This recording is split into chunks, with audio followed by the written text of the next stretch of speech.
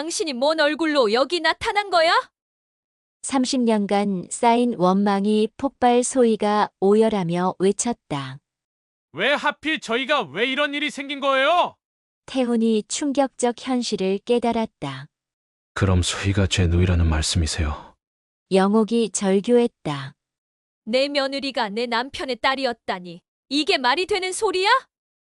오늘도 인생 이야기 함께 나눠요. 무료로 누를 수 있는 구독과 좋아요 지금 꼭 눌러주시면 그 손길 하나가 저에겐 큰 힘, 여러분에겐 복이 되어 돌아갑니다. 가을 햇살이 마당 감나무 잎사귀 사이로 스며들어온 집안을 따스하게 물들이고 있습니다. 장영옥은 부엌에서 점심 준비를 하며 가끔씩 안채 쪽을 바라보곤 했습니다. 며느리 윤소희가 아침부터 방에서 나오지 않고 있었거든요. 소희야, 밥 차렸다. 영옥이 목소리를 높여 불러보지만 대답이 없습니다. 이상하다 싶어 안채로 발걸음을 옮기는데 마침 소희가 방문을 열고 나오고 있었습니다. 창백한 얼굴에 눈가가 조금 부어 보이는 게 잠을 제대로 못 잔 것 같았죠. 어머님, 죄송해요. 늦잠 잤네요. 소희가 고개를 숙이며 인사하자 영옥은 가슴 한편이 짠해졌습니다. 결혼한 지 벌써 10년이 넘었는데도 며느리는 여전히 자신을 대할 때 어딘가 조심스러워 했거든요. 마치 언제 쫓겨날지 모르는 사람처럼 말입니다. 영옥은 소희를 친딸처럼 여겨왔습니다. 남편이 떠난 후 혼자서 아들을 키우며 살아온 세월이 30년 그 긴 시간 동안 영옥에게는 가족이라는 게 아들이 전부였죠. 그러다 태훈이 소희를 데려왔을 때 영옥은 정말 기뻤습니다. 드디어 딸 같은 며느리를 얻게 된 것이니까요. 하지만 소희는 늘 어딘가 멀리 있는 것 같았습니다. 웃을 때도 눈가에는 그림자가 드리워져 있었고 말을 할 때도 항상 조심스럽게 단어를 골라가며 했죠. 영옥이 친근하게 다가가려 할수록 소희는 더 깍듯해졌습니다. 요즘 왜 이렇게 말이 없어? 아들한테 속상한 일 있어? 영옥이 소희의 어깨를 다독이며 물었습니다. 소희는 얇은 미소를 지으며 고개를 저었죠. 아니요, 그냥 요즘 꿈을 자주 꿔요. 무슨 꿈인데? 그냥 어릴 때 꿈이요. 아버지가 나오는 꿈. 소희의 목소리가 떨렸습니다. 영옥은 며느리의 아픈 과거를 알고 있었어요. 소희는 어려서 아버지를 잃고 혼자 자랐다고 들었거든요. 그래서 더욱 안쓰럽게 느껴졌죠. 그런 꿈 꾸지 마. 이제 우리가 가족이잖아. 영옥이 소희의 손을 잡으며 위로했지만 소희의 손은 차갑기만 했습니다. 마치 겨울 아침의 서리처럼 말이죠. 밥상을 차리고 앉아서도 소희는 젓가락질을 제대로 하지 못했습니다. 밥알 몇 개 입에 넣고는 멍하니 창밖만 바라보고 있었어요. 영옥은 걱정이 되어 물었습니다. 속이 안 좋아? 병원에 가볼까? 아니에요. 괜찮아요. 그냥 요즘 잠을 잘 못 자서 그래요. 왜 잠을 못 자는데? 뭔가 걱정되는 일이라도 있어? 소희는 대답 대신 긴 한숨을 내쉬었습니다. 그 한숨 속에는 말로 표현할 수 없는 깊은 아픔이 담겨 있는 것 같았어요. 오후가 되자 아들 김태훈이 일을 마치고 돌아왔습니다. 건설회사에서 현장 관리를 하는 태훈은 언제나 흙먼지를 털며 집에 들어섰는데 오늘도 마찬가지였죠. 태훈은 40이 넘었지만 여전히 성실하고 가정적인 남자였습니다. 어머니 영옥에게 효도하고 아내 소희를 아꼈죠. 하지만 태훈에게도 고민이 있었습니다. 아내가 점점 말수가 줄어들고 있는 것이었어요. 예전에는 그래도 자신과 대화를 나누려 했는데 요즘에는 아예 자기 방에만 틀어박혀 있었거든요. 엄마, 소희 어디 갔어요? 응? 방에 있을 텐데. 영옥이 대답하자 태훈이 안채로 향했습니다. 잠시 후 태훈의 목소리가 들려왔어요. 소희야, 나왔어. 하지만 역시 대답이 없었습니다. 태훈이 다시 부엌으로 나와서는 고개를 갸웃거렸죠. 방에 없네요. 어디 갔을까요? 아까 점심 먹고 나서 방으로 들어간 걸 봤는데 영욱과 태훈은 함께 소희의 방으로 가봤습니다. 방문이 활짝 열려 있었는데 정말로 소희는 보이지 않았어요. 창문도 열려 있고 책상 위에는 펼쳐진 공책과 펜이 놓여 있었습니다. 공책에는 무언가 쓰다 만 글씨가 보였는데 글씨가 너무 흘려 써져서 잘 읽히지 않았어요.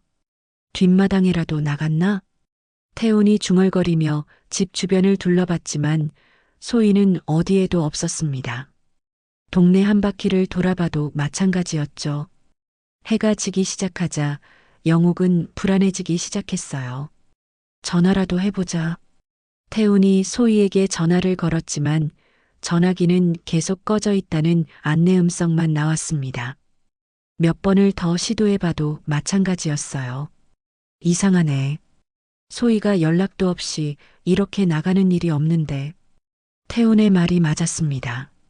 소희는 평소에 어디를 가더라도 반드시 미리 알려주는 성격이었거든요. 마트에 가거나 병원에 갈 때도 시간까지 정확히 말해놓고 갔는데 오늘처럼 아무 말 없이 사라진 적은 없었어요. 영욱은 소희의 방을 다시 살펴봤습니다. 옷장을 열어보니 평소 입던 외투와 가방이 그대로 있었어요. 신발장에도 소희가 자주 신던 운동화가 있었습니다. 그런데 책상 서랍을 보니 평소에 늘 잠겨 있던 게 오늘은 살짝 열려 있었어요. 영욱이 서랍을 조심스럽게 열어보니 노트북과 몇 장의 편지지, 그리고 낡은 사진 한 장이 들어 있었습니다. 사진 속에는 20살 정도로 보이는 젊은 소희와 중년 남성이 함께 찍혀 있었는데 남성의 얼굴이 어딘가 익숙한 것 같으면서도 확실하지 않았어요. 하지만 뭔가 가슴 깊은 곳에서 불편한 감정이 올라왔습니다. 밤이 깊어가도록 소희는 돌아오지 않았습니다. 영욱은 잠을 이루지 못하고 뒤척이며 며느리를 걱정했죠. 30년 전 남편이 떠났던 그날 밤의 기억이 떠올랐습니다. 그때도 이렇게 가슴이 답답하고 불안했었거든요.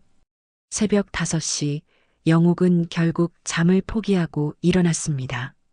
밤새 뒤척이며 소희를 걱정했지만 아무리 생각해도 며느리가 갑자기 사라진 이유를 알 수 없었거든요. 부엌으로 나가 물을 한 잔 마시고 있는데 아들 태훈도 잠옷 차림으로 나왔어요. 엄마 못 주무셨죠? 응, 소희가 걱정되어서. 너도 그렇고. 태훈의 얼굴에도 걱정이 가득했습니다. 결혼 10년 동안 아내가 이렇게 연락 없이 사라진 적은 처음이었거든요.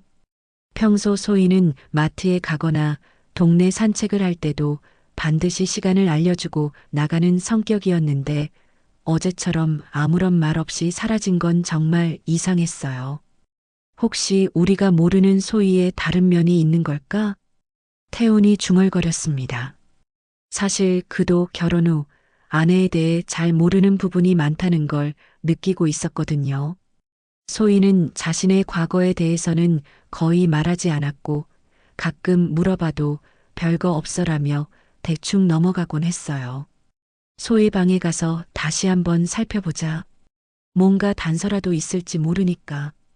영욱의 제안에 태훈이 고개를 끄덕이며 따라왔습니다. 소희의 방은 어젯밤 그대로였어요. 책상 위에 공책, 열린 서랍, 그리고 그 안에 낡은 사진까지. 영욱은 다시 한번 그 사진을 자세히 들여다봤습니다. 사진 속 소희는 20살 정도로 보였는데 하얀 원피스를 입고 활짝 웃고 있었어요. 옆에 서 있는 중년 남성도 환하게 웃고 있었는데 둘 사이에는 부녀지간의 정겨운 분위기가 흘렀습니다. 뒷배경으로는 푸른 바다와 하얀 모래사장이 보였죠. 이 남자가 누굴까? 소희가 아버지 없다고 했는데. 태훈도 사진을 보며 고개를 갸웃거렸습니다. 아내는 분명 어려서 아버지를 잃었다고 했거든요. 그런데 이 사진 속 소희는 적어도 성인이 된 후에 찍은 것 같았어요. 영옥이 책상을 더 자세히 뒤져보니 서랍 깊숙한 곳에서 접힌 편지지가 나왔습니다. 조심스럽게 펼쳐보니 소희의 손글씨로 쓰인 글이었는데 평소보다 글씨가 많이 흔들려 있었어요. 마치 울면서 쓴 것 같았습니다. 영옥이 글을 읽기 시작하자 얼굴이 점점 굳어갔어요. 태훈도 어머니 옆에서 함께 읽었는데 첫 줄부터 충격적이었습니다. 아빠, 당신을 다시 만나게 될 줄은 몰랐어요. 영옥의 손이 떨렸습니다. 소희의 아버지가 살아있다는 뜻인가요? 그렇다면 지금까지 왜 거짓말을 했던 걸까요? 이 모든 게 운명인 걸까요? 아니면 저주인 걸까요? 어떻게 이런 일이 일어날 수 있는 건가요? 제가 그렇게 찾던 아버지가 바로 여기, 이 집과 이렇게 가까운 곳에 계셨다니. 영옥과 태우는 서로를 바라봤습니다. 소희가 아버지를 찾고 있었다는 말인가요? 그리고 그 아버지가 이 근처에 살고 있다는 건가요? 편지는 계속 이어졌어요. 저는 더 이상 이 짐을 지고 살 수 없어요. 매일 밤 꿈에서 당신이 나타나서 저를 부르는 소리를 들어요. 소희야, 아빠가 여기 있다고 말하는 당신의 목소리가 귓가에 맴돌아요. 깨고 나면 가슴이 너무 아파서 숨을 쉴 수가 없어요. 영옥의 가슴이 먹먹해졌습니다. 며느리가 이런 고통을 혼자 감당하고 있었다니. 왜 진작 털어놓지 않았을까요? 어머님과 태훈 오빠에게는 정말 미안해요. 하지만 제가 여기 있으면 모든 게 망가질 것 같아요. 이 비밀을 안고 살아가는 것보다는 차라리 글이 여기서 끊어져 있었어요. 하지만 영옥은 소희가 무엇을 말하려 했는지 알 수 있었습니다. 이것은 분명 유서였어요. 이 죄는 결국 제가 안고 갈게요. 아빠, 저를 용서해 주세요. 그리고 어머님께 제가 정말 감사했다고 전해주세요. 편지 마지막 부분에는 주소가 적혀 있었어요. 바닷가 마을 해송로 17번지, 그곳에서 마지막으로 아빠를 만나고 싶어요. 날짜는 바로 어제였습니다. 태훈아, 이 주소 알아? 해송로요? 여기서 차로 1시간 정도 가면 있는 바닷가 마을이에요. 예전에 회사 동료들이랑 회식하러 간 적이 있거든요. 그런데 왜 소희가 거기로 갔을까요? 영옥의 머릿속이 복잡해졌습니다. 며느리가 자신들에게 거짓말을 했다는 것도 충격이었지만 더 큰 문제는 소희가 극단적인 생각을 하고 있다는 점이었어요. 당장 찾아가야 해. 혹시나 소희가. 영옥이 말을 끝내지 못했지만 태훈도 어머니의 걱정을 알 수 있었어요. 두 사람은 급히 옷을 갈아입고 차 키를 챙겼습니다. 그런데 대문을 나서려는 순간 대문 앞에 낯선 여자가 서 있었어요. 50대 정도로 보이는 여자가 초조한 표정으로 대문을 바라보고 있었습니다. 혹시 장영옥 씨 댁 맞나요? 여자가 다급하게 물었어요. 영옥이 고개를 끄덕이자 여자가 안도의 표정을 지었습니다. 다행이다. 저는 김명자라고 해요. 소희와 관련해서 꼭 할 말이 있어서 새벽부터 여기서 기다렸어요. 소희를 아세요? 지금 소희가 어디 있는지 아시나요? 영옥이 다급하게 물었지만 명자는 고개를 저었어요. 아니요, 저도 소희를 찾고 있어요. 어젯밤 늦게 소희한테서 전화를 받았거든요. 그런데 너무 이상했어요. 어떻게 이상했는데요? 소희가 울면서 이제 모든 게 끝났다. 모든 사람들한테 미안하다고 하더라고요. 그리고는 명자 이모, 저 때문에 힘드셨죠? 이제 그런 일 없을 거예요 라고 하면서 전화를 끊어버렸어요. 명자의 말에 영옥의 가슴이 더욱 답답해졌습니다. 소희가 정말로 극단적인 선택을 하려는 것 같았거든요. 그런데 명자 씨는 소희와 어떤 사이세요? 저는 소희 아버지 정상국과 함께 살던 사람이에요. 영욱과 태훈이 동시에 입을 벌렸습니다. 정상국이라는 이름을 듣는 순간 영욱의 얼굴이 새하얗게 변했어요. 그 이름은 30년 전 자신을 버리고 떠난 남편의 이름이었거든요. 영욱의 다리에서 힘이 빠져 대문에 기대섰습니다. 정상국이라는 이름이 귓가에 맴돌며 30년 전의 기억들이 쏟아져 들어왔어요. 그날 밤 남편이 더 이상 이 집에서 살 수 없다며 짐을 싸던 모습, 갓난아기였던 태훈을 안고 울며 붙잡던 자신의 모습이 생생했습니다. 어머님 괜찮으세요? 태훈이 어머니의 창백한 얼굴을 보고 놀라며 부축했어요. 명자도 영욱의 상태가 심상치 않다는 걸 알아챘습니다. 혹시 정상국이라는 이름을 아시나요? 명자가 조심스럽게 물었지만 영욱은 대답할 수가 없었어요. 입술만 바들바들 떨릴 뿐이었습니다. 태훈이 어머니를 대신해서 답했죠. 정상국이 우리 아버지 이름이에요. 30년 전에 집을 나간. 명자의 얼굴이 놀라움으로 일그러졌습니다. 그리고는 곧 깊은 슬픔이 스며들었어요. 그럼 소희가 무슨 말씀이세요? 태훈이 다급하게 물었지만 명자는 한동안 말을 잇지 못했습니다. 진실을 말해야 할지 망설여지는 표정이었어요. 영욱이 간신히 정신을 차리고 입을 열었습니다. 정상국이 정말 살아있다는 말씀이세요? 네, 살아계세요. 바닷가 마을에서 작은 횟집을 하며 지내고 계세요. 영욱의 가슴이 쿵쾅거렸습니다. 남편이 살아있다는 것만으로도 충격인데 하필 소희와 연결되어 있다니. 이게 어떻게 된 일일까요? 명자 씨, 정확히 무슨 일인지 설명해 주세요. 소희와 우리 남편이 어떤 관계인 거예요? 명자가 깊은 한숨을 쉬며 말하기 시작했습니다. 30년 전 정상국 씨가 이 마을을 떠날 때 저도 함께 갔어요. 저는 그때 25살이었고 정상국 씨는 40이었죠. 저희는 바닷가 마을에 정착해서 소희를 낳았어요. 태훈의 얼굴이 창백해졌습니다. 그 말은 소희가 자신의 아버지의 딸, 즉 이복 동생이라는 뜻이었거든요. 잠깐, 그럼 소희가 내 누이라는 말씀이세요? 맞아요. 소희는 정상국 씨의 딸이에요. 영욱이 벽에 기대선 채 중얼거렸습니다. 그럼 내 며느리가 내 남편의 딸이었다는 거야? 상황이 너무 복잡하고 충격적이어서 머릿속이 하얗게 변했어요. 10년 동안 며느리로 여겨왔던 소희가 사실은 남편의 딸이었다니. 그럼 태훈과 소희는 남매였던 거네요. 명자가 계속 설명했습니다. 소희는 작년에 우연히 정상국 씨의 과거를 알게 되었어요. 정상국 씨가 술에 취해서 예전 이야기를 했거든요. 그때 소희가 자기 남편 이름이 김태훈이라고 하니까 정상국 씨가 깜짝 놀라더라고요. 그 후로 소희가 이상해졌겠군요. 영욱이 떨리는 목소리로 말했어요.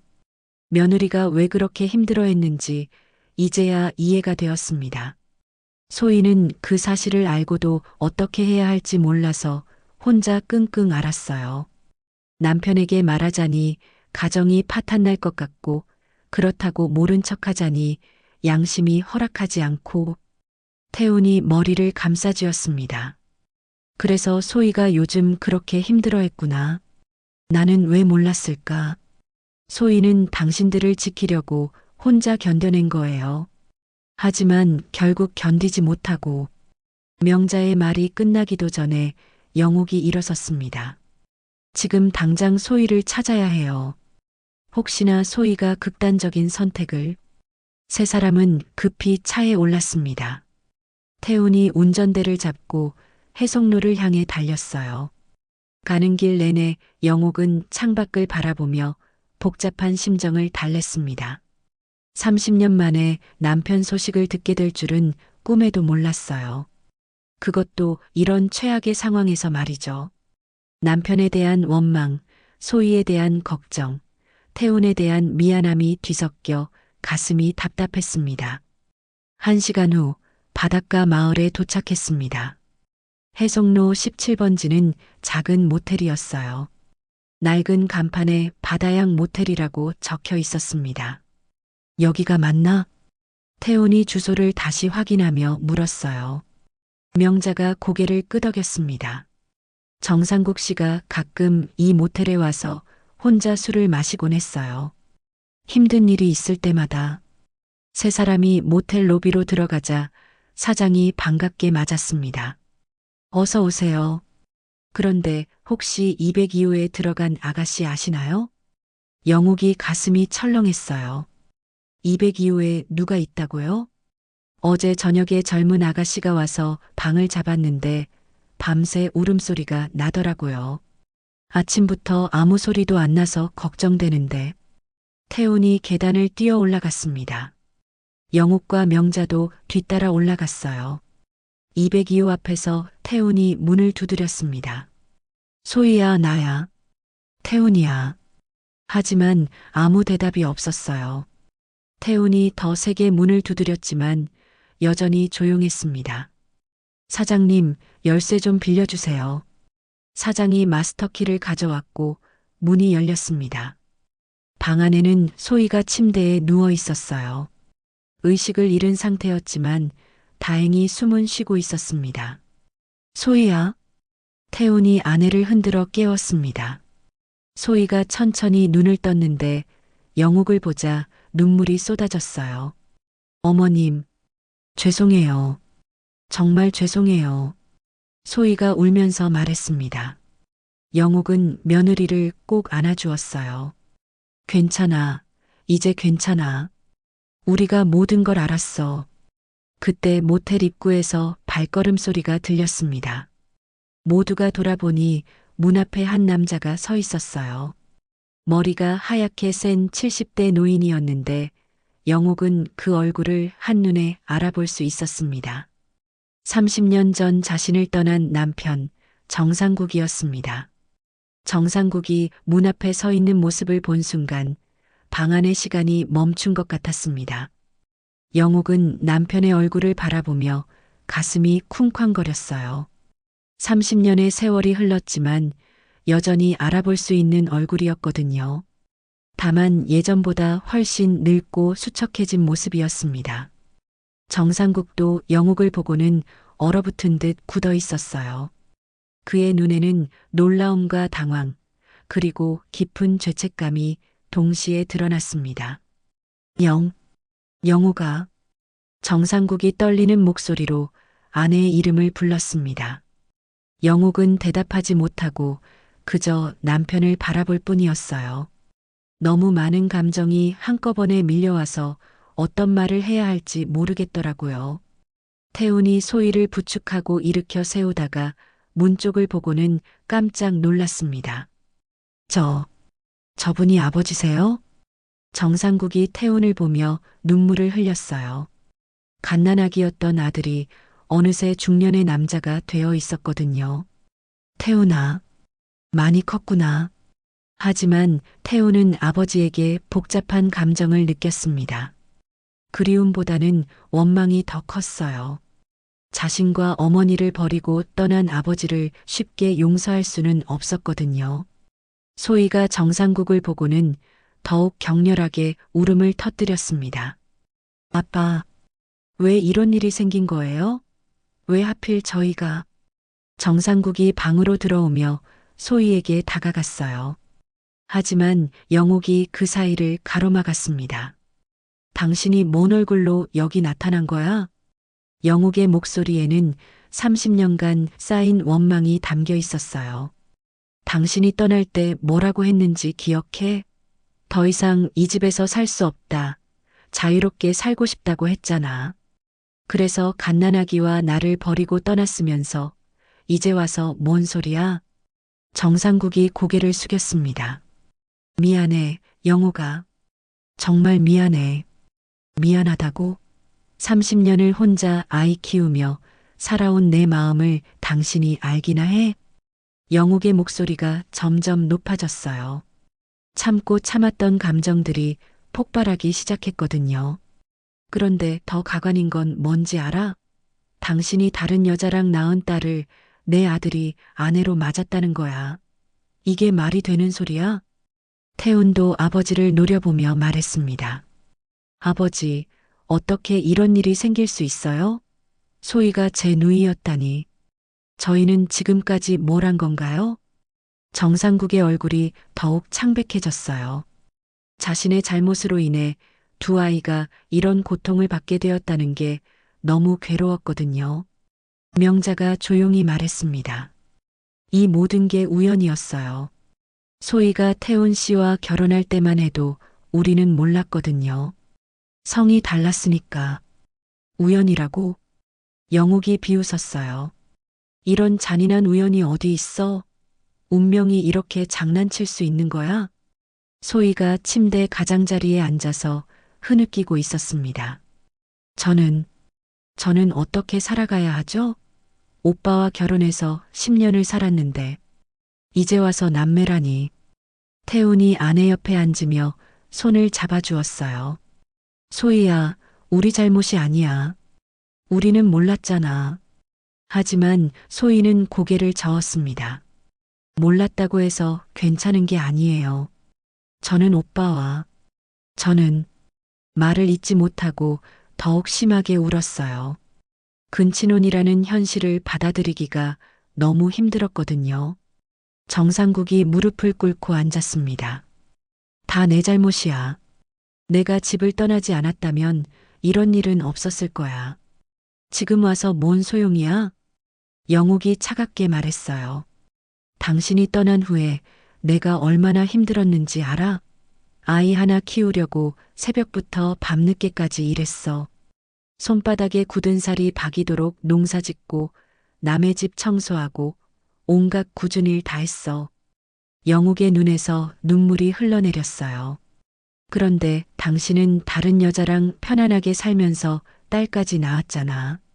나는 재혼도 못하고 혼자 늙어가는데 당신은 행복하게 살았던 거잖아. 아니야, 영옥아. 나도 행복하지 않았어. 정상국이 절절하게 말했어요. 매일 밤 너와 태훈 생각에 잠 못 이뤘어.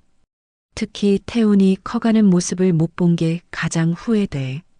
그럼 왜 돌아오지 않았어? 돌아갈 면목이 없었어. 그리고 명자와 소희도 있었으니까. 명자가 한숨을 쉬며 말했습니다. 정상국 씨는 정말 힘들어했어요. 매년 태훈 씨 생일마다 술만 마셨거든요. 하지만 영옥에게는 그런 변명도 소용없었어요. 그래도 책임은 져야 했잖아. 자식을 버리고 떠난 아버지가 어디 있어? 태훈이 아버지를 바라보며 말했습니다. 아버지, 저는 아버지가 왜 떠났는지 아직도 모르겠어요. 무엇이 그렇게 견딜 수 없었던 거예요? 정상국이 고개를 들어 아들을 바라봤어요. 그때 나는 가장으로서의 압박감을 견딜 수가 없었어. 농사는 잘 안 되고 빚은 늘어가고 너희 어머니는 매일 걱정만 하고 나는 도망치고 싶었어. 그래서 가족을 버리고 도망친 거예요? 그때는 젊고 어리석었어. 지금 생각하면 정말 바보 같은 짓이었지. 소희가 일어서서 창가로 걸어갔습니다. 저는 이제 어떻게 살아야 하죠? 오빠와 헤어져야 하나요? 방안이 조용해졌어요. 아무도 쉽게 답할 수 없는 질문이었거든요. 영옥이 깊은 한숨을 쉬며 말했습니다. 일단 집으로 가자. 여기서 이런 얘기할 때가 아니야. 정상국이 일어서며 말했어요. 나는 어떻게 하면 되지? 영옥이 남편을 차갑게 바라봤습니다. 당신은 당신 갈 길 가. 이미 30년을 떨어져 살았는데 지금 와서 무슨 상관이야. 집으로 돌아가는 길은 말 그대로 지옥 같았습니다. 차 안의 분위기는 무겁기 그지없었고 아무도 입을 열지 않았어요. 태훈이 운전대를 잡고 있었고 영옥은 조수석에, 소희는 뒷좌석에 혼자 앉아 창밖만 바라보고 있었습니다. 정상국은 명자와 함께 따로 왔어요. 집에 도착하자마자 소희가 곧바로 자신의 방으로 들어가 버렸습니다. 문을 꽁꽁 잠그고는 나오지 않았어요. 태훈이 문을 두드려 봐도 대답이 없었습니다. 소희야, 문 좀 열어. 우리 얘기해야 해. 하지만 방 안에서는 계속 흐느끼는 소리만 들려왔어요. 태훈은 문 앞에 서서 어쩔 줄을 몰랐습니다. 이런 상황에서 아내를 어떻게 위로해야 할지 막막했거든요. 영옥은 거실에서 정상국과 명자를 마주보고 앉아 있었어요. 30년 만에 마주 앉은 부부였지만 어색하고 불편하기만 했습니다. 그동안 어떻게 살았어? 영옥이 먼저 입을 열었어요. 목소리에는 여전히 차가움이 담겨 있었습니다. 바닷가에서 작은 횟집을 했어. 명자가 도와줘서 그럭저럭 살아갔지. 정상국이 조심스럽게 대답했어요. 아내의 눈치를 보며 말하는 모습이 예전과는 많이 달랐습니다. 행복했겠네. 새 가정 꾸리고 딸도 낳고. 영옥의 말에는 독이 서려 있었어요. 행복하지 않았어. 하루도 편한 날이 없었어. 그럼 왜 돌아오지 않았어? 미안하다고 빌면서 돌아오지는 않았던 거야? 정상국이 대답하지 못했습니다. 사실 몇 번이나 돌아가고 싶었지만 용기가 없었거든요. 시간이 흐를수록 돌아가기는 더욱 어려워졌어요. 명자가 조용히 말했습니다. 정상국 씨가 얼마나 후회했는지 저는 봤어요. 매년 태훈 씨 생일이나 영옥 씨 생일 때마다 혼자 울면서 술을 마셨거든요. 그래봤자 소용없어. 이미 엎질러진 물이야. 영옥이 쌀쌀하게 대답했어요. 30년간 쌓인 원망이 하루아침에 사라질 리 없었거든요. 그때 태훈이 거실로 나왔습니다. 얼굴이 초조하고 불안해 보였어요. 소희가 계속 방에서 안 나와요. 뭔가 위험한 생각을 하는 것 같아서 걱정돼요. 영옥이 일어섰습니다. 내가 가볼게. 영옥이 소희의 방문을 두드렸어요. 소희야, 어머니야. 문 좀 열어줄래? 한참 후에 문이 조금 열렸습니다. 소희의 얼굴은 울어서 퉁퉁 부어 있었어요. 어머님, 저는 이제 어떻게 해야 해요? 영옥이 방으로 들어가서 소희를 꼭 안아주었습니다. 괜찮아. 다 괜찮을 거야. 괜찮을 리 없어요. 저는 오빠와 결혼해서 살았는데 이게 말이 돼요? 소희가 영옥의 품에서 울면서 말했어요. 우리는 몰랐잖아. 우리 잘못이 아니야. 몰랐다고 해서 괜찮은 게 아니에요. 저는 죄인이에요. 영옥이 소희의 어깨를 다독이며 말했습니다. 아니야, 너는 죄인이 아니야. 잘못한 건 정상국이야. 그래도 저는 이제 태훈 오빠와 함께 살 수 없어요. 어떻게 오빠를 남편으로 바라볼 수 있겠어요? 소희의 말에 영옥도 할 말이 없었어요. 이런 상황에서 어떤 위로를 해줘야 할지 모르겠더라고요. 한편 거실에서는 태훈이 아버지와 대화를 나누고 있었습니다. 아버지, 정말 우리 가족이 다 망가진 거예요? 태훈의 목소리에는 절망이 담겨 있었어요. 태훈아, 미안해. 다 아버지 잘못이야. 정상국이 고개를 숙이며 사과했지만 태훈의 마음은 쉽게 풀리지 않았어요. 미안하다고 해서 해결될 문제가 아니잖아요. 저와 소희는 이제 어떻게 살아야 해요? 남매인데 어떻게 부부로 살 수 있어요? 그건 정상국도 답을 찾을 수 없었어요. 자신의 잘못으로 인해 두 아이가 이런 고통을 받게 되었다는 게 너무 괴로웠거든요. 명자가 조심스럽게 말했습니다. 혹시 이혼을 생각해 보시는 게 어떨까요? 태훈이 깜짝 놀라며 명자를 바라봤어요. 이혼이요? 다른 방법이 없을 것 같아요. 이 사실을 안 이상 부부로 살기는 어려울 거예요. 태훈의 얼굴이 창백해졌습니다.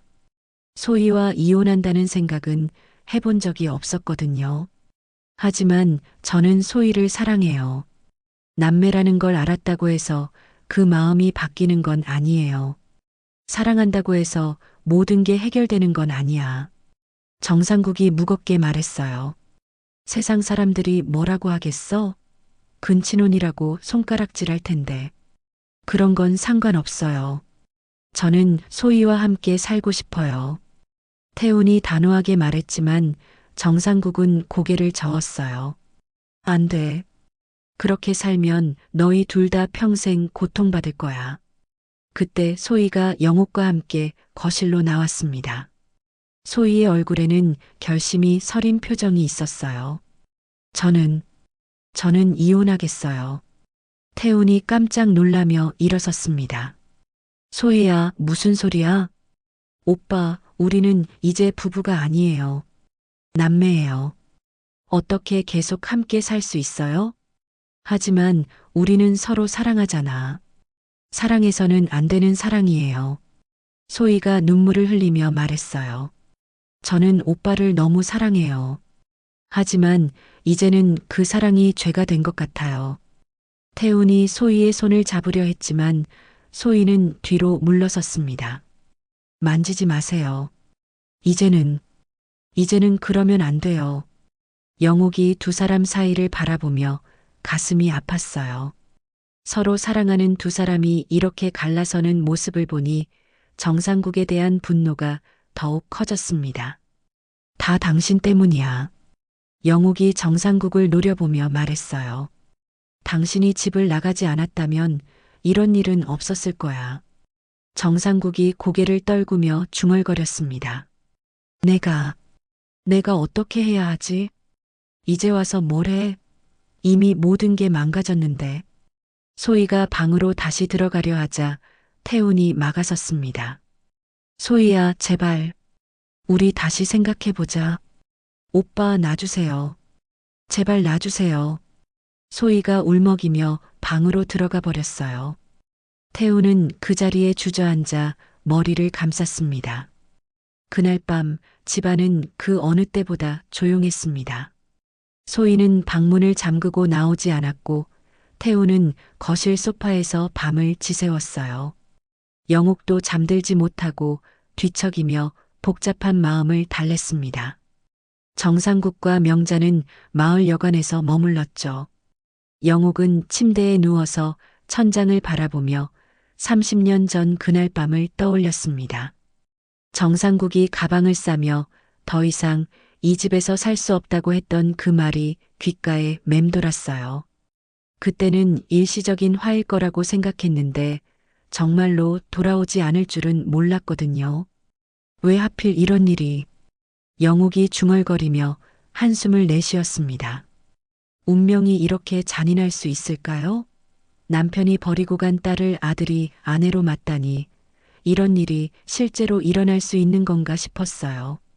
새벽이 되자 영옥은 부엌으로 나와 차를 끓였습니다. 마음을 진정시키려 했지만 쉽지 않았어요. 30년간 쌓인 분노와 원망 그리고 며느리에 대한 걱정이 뒤섞여 가슴이 답답했거든요. 엄마 못 주무셨죠? 태훈이 부스스한 머리로 부엌에 나왔어요. 밤새 잠을 못 잔 게 얼굴에 그대로 드러났습니다. 눈가에는 다크서클이 생겼고 머리카락은 이곳저곳 삐죽 서 있었어요. 너도 그렇고 차라도 마셔. 영옥이 태훈에게 차를 건네주며 말했어요. 모자가 나란히 앉아 차를 마시는데 둘 다 할 말을 찾지 못했습니다. 평소 같으면 아침 인사나 오늘 계획에 대해 이야기했을 텐데 지금은 그럴 분위기가 아니었어요. 엄마, 저는 어떻게 해야 할까요? 태훈이 먼저 입을 열었어요.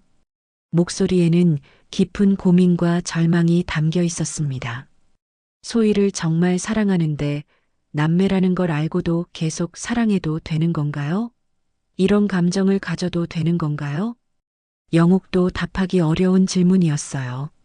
마음으로는 두 사람이 행복했으면 좋겠지만 현실적으로는 불가능해 보였거든요. 태훈아, 사랑은 마음대로 되는 게 아니야.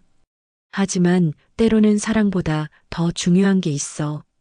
뭐가 더 중요한데요? 서로의 행복이지. 너희가 계속 함께 있으면 평생 이 짐을 지고 살아야 해. 매일 밤 죄책감에 시달리고 사람들 시선을 피해 숨어서 살아야 하고 그게 진짜 행복일까? 태훈이 고개를 떨구었어요. 어머니 말이 맞다는 걸 알지만 받아들이기는 힘들었습니다. 10년을 함께 산 아내를 그냥 보낼 수는 없었거든요. 하지만 엄마, 저는 소희 없이는 살 수 없어요. 소희가 있어야 제가 존재하는 것 같아요. 영욱이 아들의 손을 잡아주었습니다. 엄마도 안다. 너희가 얼마나 서로 사랑하는지. 하지만 현실을 받아들여야 해. 그때 소희의 방에서 문이 열리는 소리가 들렸어요. 소희가 나와서는 부엌으로 왔습니다. 얼굴이 창백하고 눈이 퉁퉁 부어 있었어요. 머리는 헝클어져 있었고 잠옷도 구겨져 있었습니다. 어머님, 태훈 오빠. 소희가 조심스럽게 인사했습니다. 목소리가 쉬어서 거의 들리지 않을 정도였어요. 태훈이 자리를 일어나려 하자 소희가 손을 저었어요. 앉아 계세요. 저는 결정했어요. 영욱과 태훈이 긴장하며 소희를 바라봤습니다. 소희의 표정에는 밤새 고민한 끝에 내린 결심이 서려 있었어요. 저는 이 집을 떠나겠어요. 그리고 태훈 오빠와 이혼하겠어요. 태훈이 펄쩍 뛰며 일어섰습니다. 소희야, 안 돼. 그럴 수는 없어. 오빠, 이게 최선이에요. 우리가 계속 함께 있으면 모두가 불행해져요. 소희의 목소리는 차분했지만 단호했어요. 밤새 혼자 생각한 끝에 내린 결정이었거든요. 저는 밤새 생각해 봤어요. 어떻게 하면 모두가 덜 아플 수 있을까 하고요. 결론은 제가 사라지는 거예요. 하지만 나는 널 사랑해. 남매라는 걸 알았다고 해서 그 마음이 바뀌지는 않아. 태훈이 절절하게 말했지만 소희는 고개를 저었어요. 저도 오빠를 사랑해요. 너무너무 사랑해요. 하지만 이제는 그 사랑이 잘못된 거라는 걸 알잖아요. 소희가 눈물을 흘리며 말했어요. 저는 매일 밤 꿈에서 아빠를 봐요. 아빠가 소희야, 미안하다고 하면서 우는 꿈을. 그럼 저도 같이 울어요. 왜 이런 일이 생겼는지, 왜 하필 우리에게 이런 시련이 왔는지 모르겠어서. 영욱이 소희의 손을 잡아주었습니다. 소희야, 내 잘못이 아니야. 아무도 이런 일이 생길 줄 몰랐잖아. 알고 있어요. 하지만 그렇다고 해서 계속 이렇게 살 수는 없어요. 저는 오빠를 보면 가슴이 아파요. 사랑하지만 사랑해서는 안 되는 사람이니까. 그때 현관문이 열리는 소리가 들렸어요. 정상국과 명자가 들어왔습니다. 정상국의 얼굴은 어제보다 더욱 수척해 보였어요. 눈가에 주름이 더 깊어졌고 어깨도 축 처져 있었습니다. 밤새 생각해 봤는데. 정상국이 말을 시작하려 하자 영욱이 차갑게 끊었습니다. 당신이 뭘 생각했든 상관없어. 이미 모든 게 망가졌으니까. 영욱아, 제발 내 말 좀 들어봐. 정상국이 간절하게 말했어요. 나는 너희들에게 무릎을 꿇고 사과할게. 그러니까 제발 뭐? 용서해 달라고? 영욱이 비웃었어요. 30년 동안 혼자 아이 키우며 산 내 고생을 당신이 알기나 해? 새벽 4시에 일어나서 밭일하고 남의 집 청소하고 온갖 굳은 일 다 하면서 태훈이 하나 제대로 키우려고 얼마나 애썼는지 알아? 정상국이 정말로 무릎을 꿇었습니다. 모두가 깜짝 놀랐어요. 70살 노인이 바닥에 무릎을 꿇고 있는 모습이 처량해 보였습니다. 미안해, 영욱아. 정말 미안해. 내가 잘못했어. 영욱이 당황스러워하며 뒤로 물러섰습니다. 일어나. 이제 와서 그런 거 소용없어. 제발 한 번만 기회를 줘. 나는 정말 후회하고 있어. 매일 밤 너희 생각에 잠 못 이뤘어. 태훈이 아버지를 일으켜 세웠어요. 아버지, 일어나세요. 이런다고 해서 달라지는 건 없어요. 정상국이 아들을 바라보며 말했습니다. 태훈아, 아버지가 모든 걸 해결해 줄게. 내가 책임질게. 어떻게 해결한다는 거예요? 이미 벌어진 일을 어떻게 되돌려요? 소희가 고개를 저었어요. 아빠 안 돼요.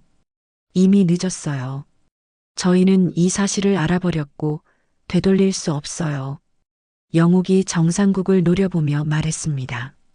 당신 때문에 우리 가족이 다 망가졌어. 태훈이와 소희는 서로 사랑하는데도 헤어져야 하고 나는 40도 안 된 나이에 과부가 되어서 지금까지 혼자 늙어가고 정상국의 눈에서 눈물이 흘러내렸습니다. 다 내 잘못이야. 그때 내가 도망치지 않았다면 이런 일은 없었을 거야. 소희가 일어서며 조용히 말했습니다. 모든 분께 말씀드리지만 저는 내일 이 집을 떠날 거예요. 그리고 이혼 서류도 준비하겠어요. 이 말에 모두가 조용해졌습니다. 소희의 결심이 얼마나 단단한지 알 수 있었거든요. 소희의 말이 끝나자 거실에는 무거운 침묵이 흘렀습니다. 태훈이 소희의 팔을 잡으려 했지만 소희는 몸을 피했어요. 소희야, 제발. 다시 한 번만 생각해보자.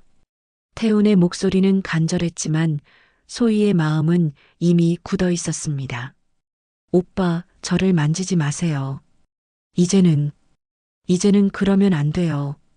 소희가 뒤로 물러서며 말했어요. 사랑하는 사람을 밀어내는 마음이 얼마나 아픈지 소희의 떨리는 목소리에서 느낄 수 있었습니다. 정상국이 일어서며 소희에게 다가갔습니다. 소희야, 아빠가 잘못했어. 너희는 잘못이 없어. 아빠도 가까이 오지 마세요. 소희가 아버지까지 밀어내자 정상국의 얼굴이 더욱 일그러졌어요. 내가 어떻게 해야 하지? 어떻게 하면 너희가 용서해 줄까? 영욱이 정상국을 바라보며 차갑게 말했습니다. 용서? 당신이 용서받을 자격이 있다고 생각해? 영욱아, 나는 정말. 당신은 30년 전에 이미 죽은 사람이야. 우리에게는 말이야. 영욱의 말이 정상국의 가슴을 찔렀습니다. 하지만 반박할 수 없었어요.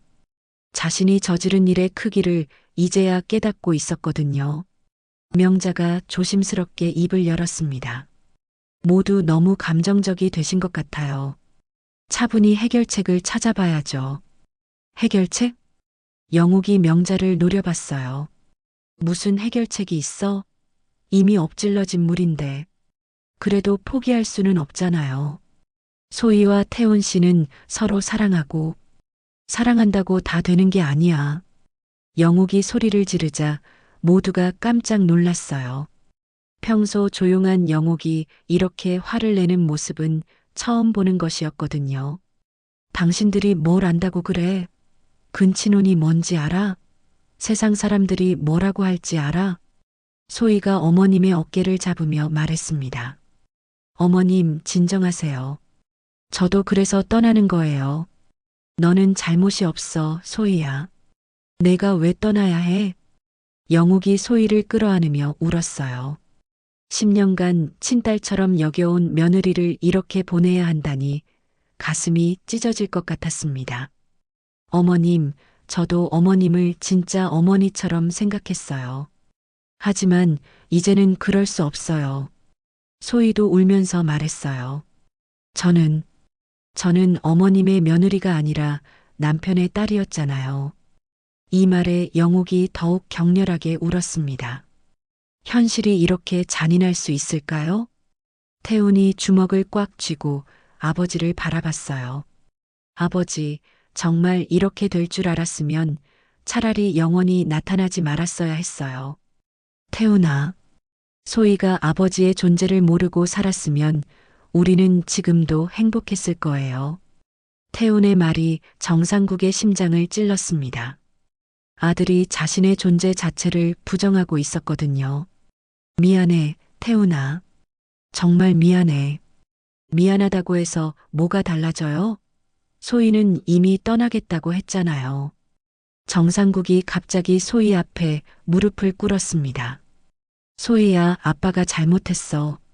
너는 떠나지 마. 내가 떠날게. 소희가 놀라며 아버지를 일으키려 했어요. 아빠, 일어나세요. 안 일어날 거야. 너희가 용서해 줄 때까지. 영옥이 정상국을 보며 말했습니다. 일어나. 꼴 보기 싫어. 영옥아, 나는 정말 당신이 무릎 꿇는다고 해서 달라지는 거 없어. 이미 모든 게 망가졌어. 소희가 아버지를 일으키며 단호하게 말했습니다. 아빠, 저는 이미 결심했어요. 내일 이 집을 떠날 거예요. 어디로 가려고? 태훈이 다급하게 물었어요. 서울로 갈 거예요. 거기서 새로 시작하려고요. 혼자서? 어떻게 살려고? 어떻게든 살아갈 거예요. 저 혼자서도. 영욱이 소희의 손을 잡았습니다. 소희야, 너는 여기가 집이야. 어디 가지 마. 어머님, 저는 이제 이 집에 있을 자격이 없어요. 무슨 소리야? 내가 뭘 잘못했어? 저는 오빠와 부부였어요. 남매인 줄도 모르고. 소희가 고개를 떨구며 말했어요. 그 사실 하나만으로도 저는 이 집에 있을 수 없어요. 명자가 조심스럽게 말했습니다. 소희야, 너무 성급하게 결정하는 거 아니야? 성급하지 않아요. 밤새 생각해 본 결과예요. 소희가 명자를 보며 말했어요. 명자 이모도 이해해 주세요. 저는 더 이상 이 상황을 견딜 수 없어요. 정상국이 일어서서 창밖을 바라봤습니다. 내가 모든 걸 망쳤구나. 이제야 깨달았어? 영욱이 차갑게 말했어요. 당신이 30년 전에 떠나지만 않았어도 이런 일은 없었을 거야. 그때로 돌아갈 수 있다면. 돌아갈 수 없어. 시간은 되돌릴 수 없다고. 태훈이 소희에게 다가가려 했지만 소희는 계속 피했어요. 소희야, 우리 정말 헤어져야 해? 네, 오빠. 이게 최선이에요. 하지만 나는 오빠도 새로운 사람을 만나세요. 저를 잊고 행복하게 사세요. 소희의 말에 태훈이 주저앉았습니다. 어떻게 널 잊어? 10년을 함께 산 사람을. 시간이 지나면 잊을 수 있을 거예요. 소희가 눈물을 닦으며 말했어요. 저도 오빠를 잊으려고 노력할게요. 영옥이 두 사람을 바라보며 가슴이 아팠습니다. 서로 사랑하는 두 사람이 이렇게 헤어지는 모습을 보니 정상국에 대한 분노가 더욱 커졌어요. 당신 때문이야. 다 당신 때문이라고. 영옥이 정상국을 향해 소리쳤습니다. 당신만 없었으면 우리 가족은 행복했을 거야. 정상국이 고개를 숙이고 서 있었습니다. 더 이상 변명할 말도 없었어요. 소희가 방으로 들어가려 하자 영욱이 붙잡았습니다. 소희야, 정말 가야 해? 네, 어머님. 이게 모두를 위해 최선이에요. 소희가 영욱의 손을 조심스럽게 떼어내며 말했어요. 저를 좋은 기억으로 남겨주세요. 다음 날 아침, 소희는 정말로 짐을 쌌습니다. 큰 여행 가방 하나에 옷가지와 몇 가지 소지품만 담았어요. 10년간 이 집에서 살았지만 가져갈 것은 많지 않았습니다. 영옥이 소희의 방문 앞에서 서성거리다가 노크했어요. 소희야, 아침 먹고 가. 괜찮아요, 어머님. 배가 안 고파요. 그래도 길 떠나기 전에 한 끼는 먹어야지. 소희가 마지못해 방에서 나왔습니다. 얼굴이 많이 부어 있었지만 결심만큼은 단단해 보였어요. 식탁에는 영옥이 정성스럽게 차린 아침상이 놓여 있었습니다. 소희가 좋아하는 김치찌개와 계란말이, 그리고 나물 반찬들이 가득했어요. 마지막 식사가 될지도 모른다는 생각에 영옥이 특별히 신경을 쓴 것이었습니다. 태훈도 식탁에 앉아 있었지만 젓가락을 들지 못하고 있었어요. 아내가 정말 떠날 거라는 현실이 받아들여지지 않았거든요. 소희야, 정말 마음 바꿀 생각 없어? 태훈이 마지막으로 한 번 더 물어봤습니다. 하지만 소희는 고개를 저었어요. 오빠, 이미 결정한 일이에요. 소희가 숟가락을 들어 김치찌개를 한 입 떠먹었습니다. 어머님이 끓여준 마지막 찌개였어요. 눈물이 나려고 했지만 참았습니다. 어머님 정말 맛있어요. 그동안 이런 맛있는 음식 해주셔서 감사했어요. 영옥이 눈물을 훔치며 말했습니다. 뭘 당연한 일인데. 너는 정말 내 딸 같았어. 저도 어머님을 친어머니처럼 생각했어요.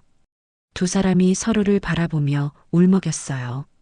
혈연은 아니었지만 10년간 쌓인 정은 진짜 모녀 못지 않았거든요.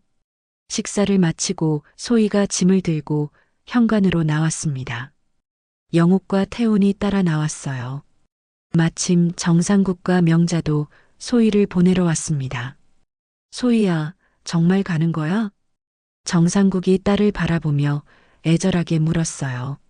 네, 아빠. 이게 최선이에요. 아빠가 모든 걸 잘못했어. 너는 아무 잘못이 없어. 알고 있어요. 하지만 이미 벌어진 일이잖아요. 소희가 아버지를 바라보며 말했어요. 아빠도 건강하게 지내세요. 그리고 더 이상 과거에 얽매여 살지 마세요. 정상국이 고개를 끄덕이며 눈물을 흘렸습니다. 명자가 소희의 손을 잡았어요. 소희야, 서울 가서 연락해. 혼자 힘들면 언제든지 연락하고. 고마워요, 명자 이모. 그동안 많이 도와주셔서. 이제 정말 떠날 시간이었습니다. 버스 정류장까지는 걸어서 10분 거리였어요. 태훈이 짐을 들려고 했지만 소희가 말렸습니다. 오빠 안 돼요. 이제는 그러시면 안 돼요. 그래도 제발 그냥 여기서 보내주세요. 소희가 단호하게 말했어요. 태훈은 어쩔 수 없이 손을 거두었습니다. 영옥이 소희를 꼭 안아주었어요. 소희야, 서울 가서 좋은 사람 만나. 그리고 행복하게 살아. 어머님도 건강하세요. 그리고 저를 너무 원망하지 마세요. 내가 널 왜 원망해? 넌 아무 잘못이 없어. 두 사람이 한참을 안고 있었어요. 헤어지기 싫은 마음이 가득했지만 어쩔 수 없었습니다. 소희가 영옥의 품에서 벗어나 태훈을 바라봤어요. 오빠, 안녕히 계세요. 소희야.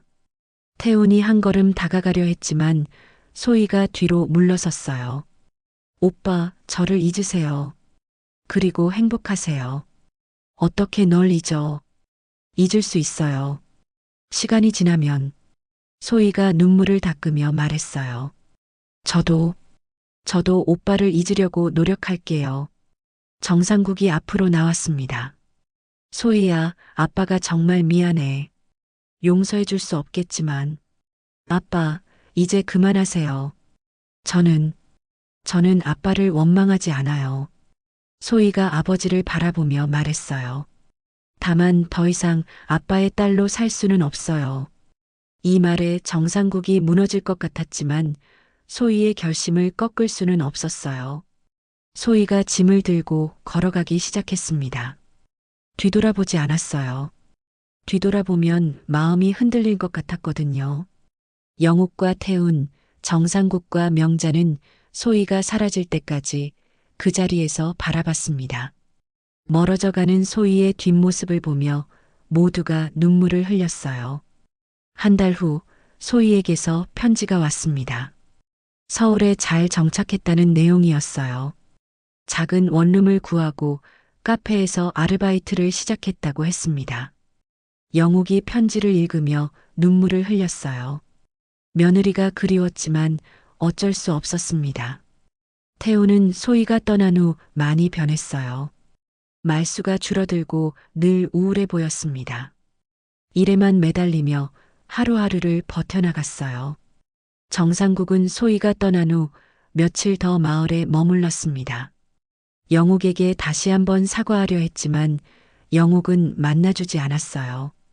어느 날 저녁 정상국이 마지막으로 집 앞에 왔습니다. 영호가 나는 이제 정말 떠날 거야. 대문 너머로 들리는 정상국의 목소리에 영옥이 나왔어요. 어디로? 멀리. 아주 멀리 갈 거야. 다시는 너희 앞에 나타나지 않을게. 영옥이 정상국을 바라봤어요. 30년간 원망했던 남편이었지만 이렇게 떠나는 모습을 보니 마음 한편이 짠했습니다. 잘 가. 영옥이 짧게 말했어요. 정상국이 고개를 숙이며 인사했습니다. 미안해, 영옥아. 정말 미안해. 정상국이 떠난 후 집은 다시 조용해졌습니다. 영옥과 태훈만 남은 집은 너무 적막했어요. 1년 후 소희에게서 또 편지가 왔습니다. 이번에는 좋은 소식이었어요. 착한 남자를 만났다는 내용이었습니다. 영옥이 편지를 읽으며 미소를 지었어요. 소희가 새로운 행복을 찾아가고 있다는 게 다행이었습니다. 태훈도 서서히 일상을 되찾아가고 있었어요. 아직은 힘들었지만 시간이 약이 될 거라고 믿었습니다. 어느 가을 저녁 영옥이 마당에서 감나무를 바라보며 혼잣말을 했어요. 이젠 놓아줄게. 그래도 소희는 내 딸이야. 바람에 감나무 잎이 떨어졌습니다. 마치 모든 아픔을 내려놓으라는 것처럼 말이에요. 먼 곳에서 정상국은 작은 노숙자 쉼터에서 자원봉사를 하며 조용히 살아가고 있었습니다. 가끔 가족 사진을 보며 그들의 행복을 빌어주었어요. 모든 것이 변했지만 사랑은 여전히 남아 있었습니다. 다른 형태로, 다른 방식으로 말이에요.